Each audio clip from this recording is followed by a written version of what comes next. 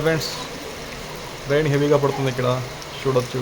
బెంగళూరులో 2 డేస్ నుంచి చాలా హెవీగా వర్షం వస్తూ ఉంది.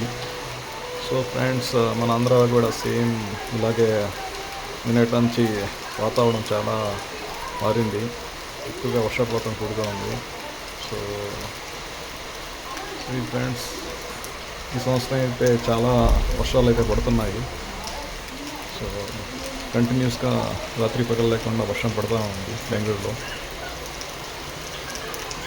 చూడండి ఫ్రెండ్స్.